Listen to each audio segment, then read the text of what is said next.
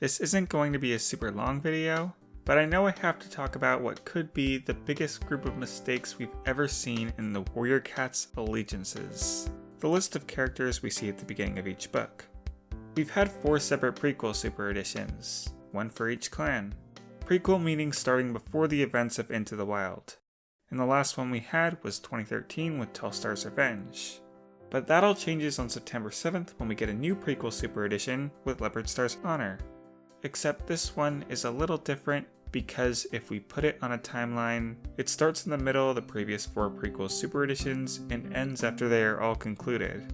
But of course the ending is not what we're concerned about, it's the beginning, because the beginning of the book is what the allegiances adhere to.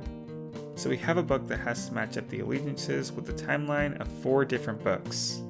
This was a disaster waiting to happen, and that disaster did indeed happen. You see, a preview for Leopardstar's Honor was recently dropped on places such as iBooks and Kobo.com. The preview includes the prologue, chapters 1 and 2, and the allegiances, of course. I didn't bother looking at the allegiances closely when I was first reading the preview, but thankfully my friend Daco did, and pointed out to me some of the absolute crimes being committed here. All of the 4 clans in this book have at least one error. Wind Clan shows Shrewclaw as alive and Deadpaw as Telstar's apprentice, even though in Telstar's Revenge, Shrewclaw died a chapter before Deadpaw became an apprentice.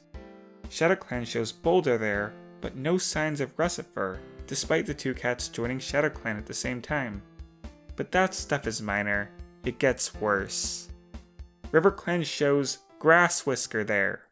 Don't think it's a big deal? I'll tell you why it's a big deal. She is Sunfish's daughter, and from the preview we see that Sunpaw is pretty much Leopardpaw's best friend in the first 2 chapters of the book. Yes, Sunpaw. Grasswhisker is shown in the allegiances as being a warrior, despite the fact that her mother is still a kit becoming an apprentice at the beginning of the book, and will not give birth to her for several moons. The fact that they would make such a large error with a cat who is clearly a major supporting character is just so strange. And River Clan isn't even the worst. Thunder Clan is. Running Wind and Mouse Whisker are warriors, despite the fact that they were born 3 moons before Blue Star's kits were, which was well after cats like Thistleclaw and Rosetail were made warriors, and after Goosefeather retired.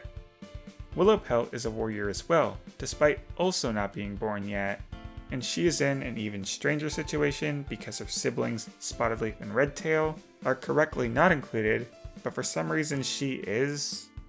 Oh, and Patchpelt has a clone. He is mentioned twice in the allegiances. But the worst error of all goes to Whitestorm, who appears twice like Patchpelt, but once as a kit and once as a warrior. Not only is he not supposed to be born yet, as his father Thistleclaw is still an apprentice, but he is certainly not supposed to be a warrior, and he is more certainly not supposed to be a warrior and a kit at the same time. What the heck is going on here?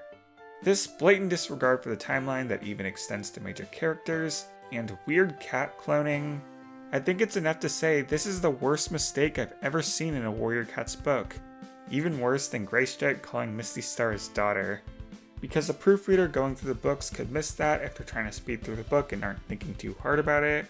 But this allegiances list has me convinced there was not a single person who stepped up to proofread it. But fear not, there is still hope. These egregious errors may not be final. The book does not release until September 7th, and this sample was released on August 11th. While I don't think 1 month would be enough time for them to fix physical books that are already ordered to be printed, there is a chance the sample we got was not the final draft that they sent to the printers. For whatever reason, the sample could have been an earlier draft that has already been fixed by now. So whether or not these ridiculous mistakes will go down in Warrior Cats history is a question that is yet to be answered.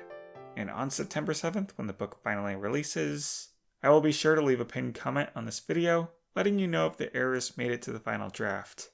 However, as I was editing the video on August 17th, an extended preview with Chapter 3 released on the Warrior Cats official website that still had all the errors.